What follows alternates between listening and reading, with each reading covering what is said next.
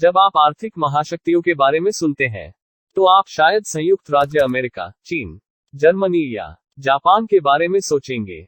लेकिन अब वो दिन बहुत दूर नहीं जब आपकी अलग राय होगी, और यह नई उभरती हुई आर्थिक शक्तियों के कारण होगा, जो कि है वियतनाम, इंडिया, फिलीपींस, इंडोनेशिया और मलेशिया। तो चलिए इसके बारे में डिटेल में जानते हैं। वियतनाम की अर्थव्यवस्था एक समाजवादी गणराज्य अर्थव्यवस्था है, जो जीडीपी द्वारा मापी गई दुनिया की 44वीं सबसे बड़ी अर्थव्यवस्था है। इसके उत्तर में चीन, उत्तर पश्चिम में लाओस, दक्षिण पश्चिम में कंबोडिया और पूर्व में दक्षिण चीन सागर के पास स्थित है। लेकिन अगर हम किसी भी राष्ट्र का भविष्य जानना चाहते हैं तो पहले हमें उसका इतिहास देखना होगा। इसलिए वियतनाम का युद्धों और व्याकुलता का एक लंबा इतिहास रहा है। ये लंबे समय तक सैन्य शासन के युद्ध में तबाह हुई देश राजनीति से अलग थलग पड़ गया था। इसके कारण वियतनाम ने अपने कारखाने, शहर और अनगिनत नागरिक खो दिए। वियतनाम के युद्ध के बारे में किसी सेपरेट वीडियो में बात करेंगे। आपको बता दें कि वियतनाम एक साम्यवादी देश है और इसने लंबे समय तक सोवियत युग के आर्थिक मॉडल का अनुसरण किया, इसलिए लंबे समय तक उन्होंने कोई आर्थिक विकास नहीं देखा।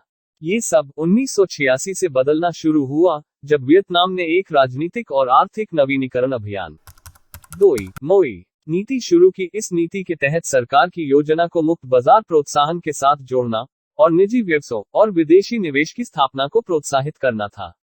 वर्षों तक युद्ध त्रासदी झेलने के बाद वियतनाम आर्थिक रूप से बहुत तेजी से आगे बढ़ा, और वियतनाम का यह आर्थिक चमत्कार विनिर्माण पर आधारित है, जिसे आर्थिक विकास को बढ़ावा, घरेलू विनियमन और मानव और भौतिक उपयोग और उत्पादन में निवेश से बढ़ावा मिला। और अब इस महामारी के बाद वियतनाम के पास निवेश आकर्षित करने की काफी संभावनाएं हैं, क्योंकि वियतनाम चीन जैसी सुविधाएं दे सकते हैं। तो यह वियतनाम के लिए गेम चेंजर बन सकता है। भारत ब्रिटिश शासन के अंत के बाद भारत ने आर्थिक विकास के लिए संरक्षणवादी नीति के साथ सोवियत आर्थिक मॉडल का पालन किया करता था। लेकिन 1991 में सोवियत संघ के पतन के बाद भारत एक पूंजीवादी अर्थव्यवस्था में बदल गया। 2000 के बाद आर्थिक सुधारों को और गति दी गई और अब भारत मुक्त बाजार अर्थव्यवस्था की दिशा में बहुत आगे निकल गया। उसके बाद हर 5 साल में भारत की जीडीपी लगभग दोगुनी हुई है। आज भारतीय अर्थव्यवस्था के प्रमुख योगदानकर्ता सेवा क्षेत्र, उद्योग और कृषि है। भारत का एक विशाल स्थानीय बाजार है और इसकी श्रम लागत भी अन्य देशों की तुलना में कम है, और इससे आने वाले समय में भारी निवेश आकर्षित हो सकता है। हालांकि सामाजिक और राजनीतिक अशांति, बुनियादी ढांचे की कमी, धन असमानता और सरकार की खराब आर्थिक नीतियों जैसी समस्याएं निवेशकों का विरोध करती थी। पर अब भारत अपनी नीतियों में तेजी से बदलाव ला रहा है और अपने बुनियादी ढांचे और खराब आर्थिक नीतियों पर काम कर रहा है। तो जरूर से भारत इस आर्थिक रेस में सबसे आगे है। हाल ही में भारत ने यूनाइटेड किंगडम को पछाड़कर विश्व की 5वीं सबसे बड़ी अर्थव्यवस्था बन गया है। अब संयुक्त राज्य अमेरिका, चीन, जापान और जर्मनी की ही अर्थव्यवस्था भारत से बड़ी है, और भारत वर्ष 2029 तक तीसरी सबसे बड़ी अर्थव्यवस्था बनने के लिए तैयार है। फिलीपींस की अर्थव्यवस्था मुख्य रूप से सेवा क्षेत्र, औद्योगिक और कृषि क्षेत्र द्वारा संचालित है। यह क्षेत्र आज देश के सकल घरेलू उत्पाद का 60% और रोजगार का 56% हिस्सा है। फिलीपींस दक्षिण पूर्व एशिया में स्थित एक देश है। फिलिपिनो संविधान के अनुसार फिलिपिनो और इंग्लिश राजभाषा है। इसके अलावा उन्हें पश्चिमी देशों के मुकाबले कम वेतन मिलता है। साथ ही देश की औसत आयु 25 वर्ष है। इसका मतलब है कि अधिक लोग काम करने के लिए उपलब्ध हैं।